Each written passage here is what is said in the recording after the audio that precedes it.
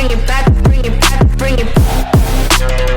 Let's actually use the same settings that we have used in the close-up. f25, ISO 200, full power of the flash, and shutter speed 1/200. Supposedly you have finished your intraoral protocol, you keep the same settings on the camera and you move here and you continue with your portrait shots. So I'm just doing a couple of shots to let the patient relax. I already have a very beautiful photo, if you ask me. All right. You might say the photo is underexposed. If you click the histogram graphic, the spike is slightly to the left. So what can we do?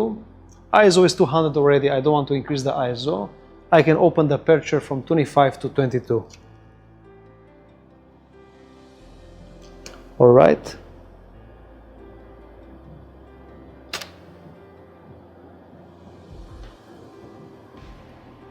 And now the spike is more towards the middle. So if you have a better look at the photo, you have a nice diffusion of the light on the face of the patient. You have clear incisal edge. All right, you have good focus on everything. So now I know my settings. Let's recap the settings. f22, ISO 200, full power of the flashes. You might argue that f22 is quite high for portrait photography. We are used to use f11, f16. I agree you can use f11, f16, but then you either have to decrease the power of the flashes or to modify what? The distance. So now that I agreed on the settings that I use, I can proceed with the portrait protocol. So I need only two photos, one with the patient retracting and one fully smiling, but in a specific way. I need to be able to overlay these two photos in the designing software. So for that reason, it's challenging to obtain these two photos without the patient moving her head. That's why I'm taking first the photo with the retractors on, because having the retractors on and removing the retractors is more likely that the patient will not move the head. Having the first photo without retractors, in the process of patient placing the retractors, she's doing a lot of moves, and of course she'll move the position of the head. So let's place the retractors. Okay, and I'll tell the patient to open slightly. I want to see the incisal edge of the upper anteriors and the canines. I'm positioning the camera such as I'm perpendicular with the face of the patient. Okay, so not from up, not from down, not from left, also not from right.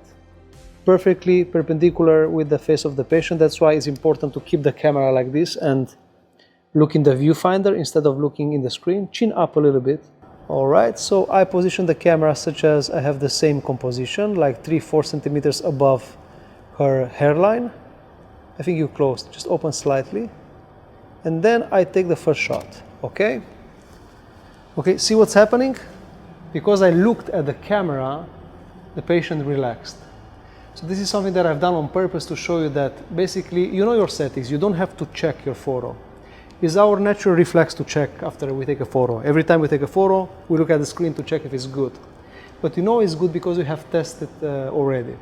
So what you should do, please retract again. You take the first photo, okay? Have a steady position, so don't move, like literally have good support in your legs. Open slightly, open more, okay? Take the first photo and don't move. Keep the camera in the same way. Tell the patient gently remove the retractors, keep your head straight. Now give me a big smile, big, big, big, happy. Boom. So now I have two photos in the same position of the head. This is pretty good. You can use these photos for smile design.